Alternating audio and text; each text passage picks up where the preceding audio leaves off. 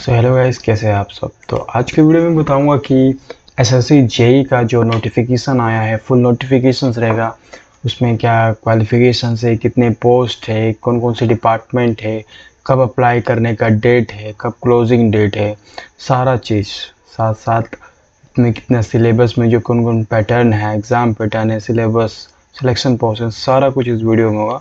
तो वीडियो को अंत तक देखिएगा, ठीक है। एक्चुअली ये 91 पेजेस का ये पीडीएफ पूरा है, ठीक है। तो आप भी अगर डिटेल में पढ़ना चाहते हैं तो इजीली पढ़ लीजिएगा, आपके पास जब टाइम होगा फुल तब। नहीं तो मैं हाईलाइटेड पॉइंट को आपके सामने बता रहा हूँ जो यूज़फुल है, ठीक है। चलिए देख सकते हैं कि पहला जो है 28 मार्च 2024 को ये पब्लिश हुआ था ये notifications. Junior engineer civil mechanical electrical examination 2024। तो एसएससी की तरफ से 2024 का जो जेई लेवल का जो वैकेंसी है आउट हुआ है। और date of submission online applications तो 28 मार्च 2024 से लेकर के 18 अप्रैल 2024 तक। उसके बाद एप्लीकेशंस का इतना बजे तक 18 अप्रैल 2024 तक लास्ट रहेगा। और अगर मान लीजिए बीच में अगर करेक्शन करना है, अगर मान लीजिए बाय मिस्टेक अगर कहीं गलती हो गया है तो करेक्शन के लिए भी एक डेट दिया गया है। इस डेट के बीच आपको करेक्शन करने को मिलेगा, ठीक है। और साथ ही साथ पेपर 1 पेपर 2 को बता दिया गया है, जैसे कि पेपर 2 भी एसएससी में आप कंप्यूटर पे टेस्ट हो गया है। तो पेपर 1 जो दिया है 4 जून 2024 से लेकर 6 जून, ठीक है। तो ये इस बीच में टेंटेटिव एग्जामिनेशन हो जाएगा CBT 1 एसएससी जेई का। और CBT 2 के लिए यहाँ पर बोल दिया टू बी नोटिफाइड लेटर, मतलब कि ये बाद में नोटिफाई किया जाएगा, ठीक है। पहले टीयर 1 के लिए जो होगा वो कंप्यूटर बेस्ड टेस्ट पहला जो ये डेट को दिया जाएगा। देखिए मैं हाईलाइट पॉइंट कर दिया हूँ, क्योंकि अगर आप पूरा पढ़ने जाओगे तो बहुत सारा टाइम लगेगा। तो मैं कुछ हाईलाइट कर दिया हूँ जो कि यूज़फुल है आप लोगों के इन्फॉर्मेशन के लिए। आप डिटेल और पोस्ट एसेंशियल क्वालिफिकेशन की बात करें तो सबसे पहले देखिए यहाँ पर ऑर्गेनाइजेशन है, बॉर्डर रोड ऑर्गेनाइजेशन, जिसको बोलते हैं BRO, जेई पोस्ट के लिए। बट इसमें क्या है कि अगर जो एसेंशियल क्वालिफिकेशन रखा गया है वो डिग्री या फिर डिप्लोमा। बट अगर आप डिप्लोमा होल्डर है, 3 year diploma in civil engineering अगर सिविल ब्रांच के लिए है तो 2 ईयर ऑफ एक्सपीरियंस चाहिए आपको, working planning execution maintenance of civil engineering work up to 30 year age, ठीक है। तो BRO में है जो देख सकते हैं सिविल इंजीनियर का जो पोस्ट है उसके 2 साल का आपको एक्सपीरियंस चाहिए अगर आप डिप्लोमा होल्डर हो। नहीं तो आप डिग्री है तो आप अप्लाई कर सकते हो इजीली। और वैसे ही इलेक्ट्रिकल और मैकेनिकल के लिए भी अगर मान लीजिए डिग्री है तो ठीक है, आप इसके लिए फुल्ली अप्लाई कर सकते हो। अगर मान लीजिए आप डिप्लोमा है तो आपको देख सकते हैं कि 3 ईयर डिप्लोमा इलेक्ट्रिकल या मैकेनिकल, उसके बाद 2 year of experience in planning execution maintenance of electrical और मैकेनिकल इंजीनियरिंग वर्क। तो BRO में बेसिकली ही आपको मांगा गया है एक्सपीरियंस। चलिए बात करते हैं कि इलेक्ट्रिकल इंजीनियर की, जहाँ पर कोई एक्सपीरियंस नहीं मांगा गया है, आप डिप्लोमा है होल्डर है तो इजीली अप्लाई कर सकते हैं। जो पहला है CPWD, central public work department, CPWD, diploma electrical और mechanical engineering from the recognised university और इंस्टीट्यूट। वैसे ही ये इलेक्ट्रिकल का था, ये सिविल का है। तो इसमें कोई फ्रेशर के कोई एक्सपीरियंस होल्डर को नहीं मांगा गया है, आप भर सकते हैं। दूसरा है कि central water and power research stations, इसमें भी किसी प्रकार का एक्सपीरियंस नहीं मांगा गया है। तो अगर आप जब CBT 1 CBT 2 क्रैक करते हैं तो इस सब पोस्ट के लिए आप डिप्लोमा होल्डर प्रेफरेंस दे सकते हैं और आपको मिल सकता है ईजिली। बाद बाकी का बात करते हैं DGQA, naval ministry of defence. तो इसमें मैकेनिकल और इलेक्ट्रिकल की बात करें तो देख लीजिए, अगर इलेक्ट्रिकल की बात करें डिग्री होगा तो ठीक है, अगर डिप्लोमा है तो उसमें 2 year experience in related field. तो आप जिस फील्ड से हो उस फील्ड से आपको 2 ईयर का आपको चाहिए एक्सपीरियंस, इसमें भी एक्सपीरियंस मांग लिया। अब बात करते हैं फराका बैरेज प्रोजेक्ट, मिनिस्ट्री ऑफ जल शक्ति। तो इसमें मैं हाईलाइट इसलिए किया है कि यहाँ पर देखिए diploma electrical engineering from the recognised university और इंस्टीट्यूट और द बोर्ड, तो इसमें भी कोई नहीं मांगा गया है।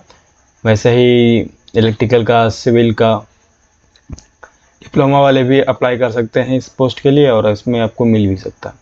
और बाकी इसके बाद करते हैं 8 नंबर, सीरियल नंबर 8 नंबर की ministry of engineering service, MES, military engineering service, sorry military engineering service. तो इसमें है क्या, अगर आप डिप्लोमा से, तो इसमें भी एक्सपीरियंस मांगा है, MES BRO, तो इसमें क्या एक्सपीरियंस वाला बंदे को खोजा जाता है, ठीक है। आप वैकेंसी की बात करें तो वैकेंसी देख सकते हैं कि मैंने कुछ हाईलाइट किए हैं इलेक्ट्रिकल इंजीनियर के लिए, जो CPWD और central water power research station के लिए, ठीक है। जैसे कि CPWD की बात करें तो इलेक्ट्रिकल में देख सकते हैं जो SC कैटेगरी के लिए 18, ST के लिए 9, OBC के लिए 32, EWS के 11 और UR के लिए 51 और टोटल जो है 121, 121 पोस्ट, ठीक है, CPWD। उसी तरह सिविल इंजीनियरिंग के लिए भी ऐसा है। बात करते हैं इराका बैराज प्रोजेक्ट मिनिस्ट्री ऑफ जल शक्ति, इसमें भी देखिए एक टोटल पोस्ट 2 को है। तो इस तरह का पोस्ट दिया है, आप देख सकते हो कितना पोस्ट है।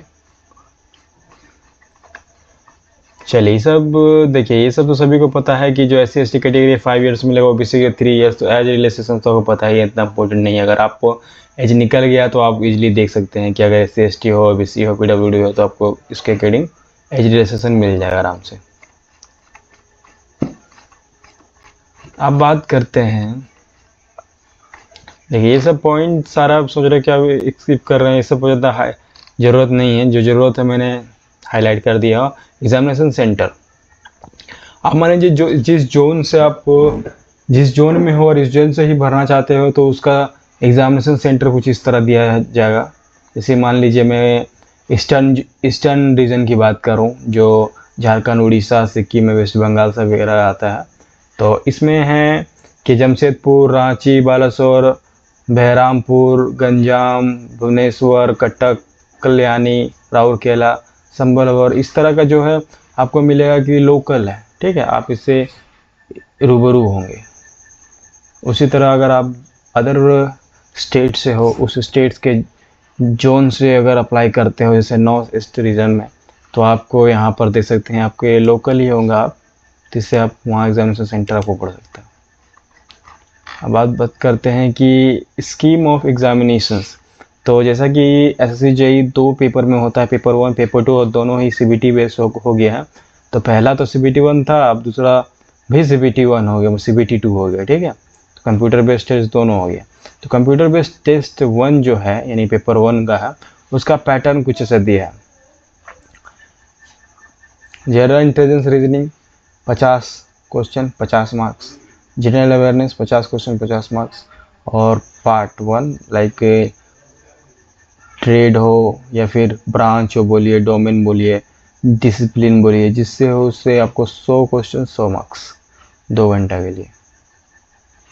उसी तरह CBT 2 जो होगा वो भी पूरा टेक्निकल होगा, जिसमें से 100 क्वेश्चन 300 मार्क्स का और 2 घंटा इसमें भी टाइम।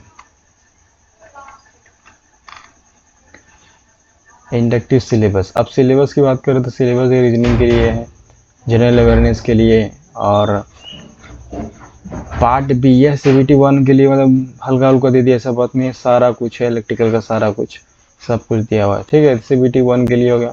अब CBT 2 के लिए बात करें तो CBT 2 के लिए देखिए सिविल इंजीनियरिंग का दिया हुआ, और आपको देखने को मिलेगा ऐसे, ये है इलेक्ट्रिकल इंजीनियरिंग। तो इलेक्ट्रिकल इंजीनियरिंग में देख सकते हैं यहाँ पर basic concept, circuit law, magnetic circuit, ऐसी फंडामेंटल में, यानी सब कुछ इलेक्ट्रिकल के जितना है सारा कुछ दिया हुआ। तो CBT 2 में तो उसमें से आपको तो अच्छा खासा पकड़ होना चाहिए टेक्निकल में, तभी आप अच्छी तरह क्रैक कर सकोगे। अब बात करते हैं कि ये सब ज़्यादा कुछ इतना ज़रूरी नहीं था। जैसे ये देखिए, mode of selection, minimum qualification marks in paper 1 and paper 2 are as follow. तो जो मिनिमम क्वालिफिकेशन मार्क्स चाहिए CBT 1 CBT 2 में, पेपर 1 पेपर 2 में, तो UR के लिए 30%, OBC EWS के 25% और ऑल अदर कैटेगरी मतलब कि ओबीसी और ईडब्ल्यूएस छोड़ा के जितना कैटेगरी एससी एसटी सब 20% मिनिमम क्वालिफिकेशन लाना ही होगा, अदरवाइज आप ऐसे ही चढ़ा जाओगे।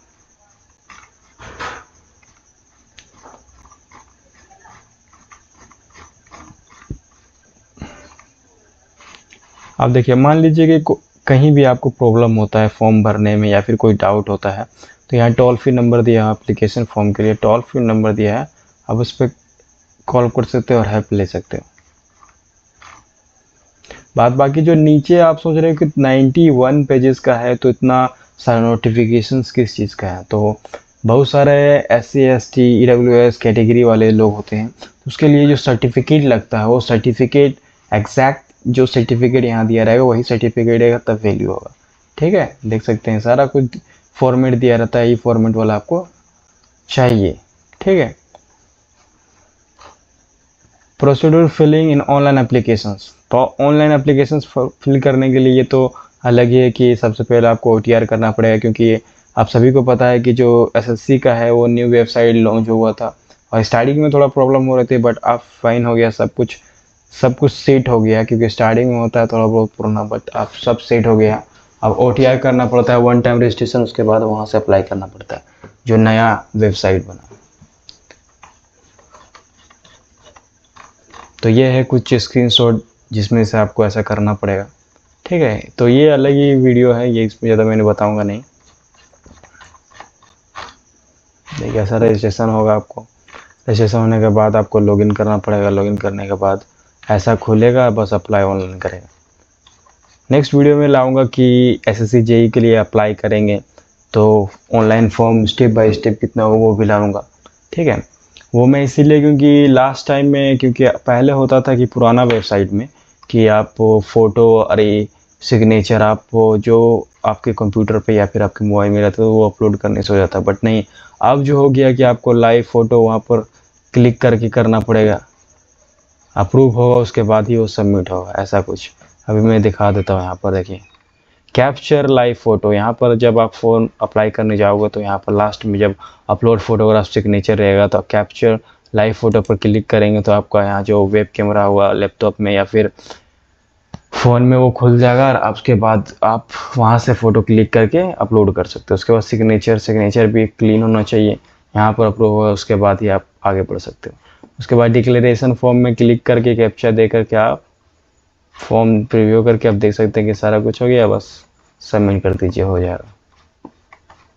ठीक है, तो बाकी जो नीचे का जो जितना है डिटेल्स, जैसे फॉर्मेट है SC ST कार्ड सर्टिफिकेट के लिए फॉर्मेट दिया हुआ, OBC के लिए AWS जितना भी है सबका अलग अलग फॉर्मेट दिया हुआ है कैटेगरी वाइज।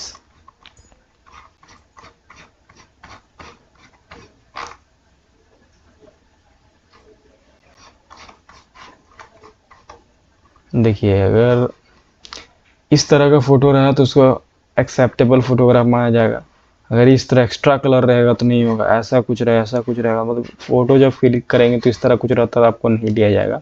सिंपली आपको ऐसा क्लीन नीट एंड क्लीन होना चाहिए और बैकग्राउंड भी अच्छा रहना चाहिए, नहीं कि बैकग्राउंड में भी ऐसा कुछ अगर घर है पार्क चला गया ऐसा ऐसा कुछ नहीं।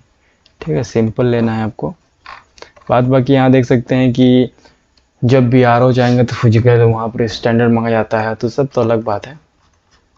ठीक है, तो बाकी जितना मैंने चीज़ें सब बता दिया, और लास्ट में एक चीज़ और मैं बताना रह गया, वो भी देख लीजिए।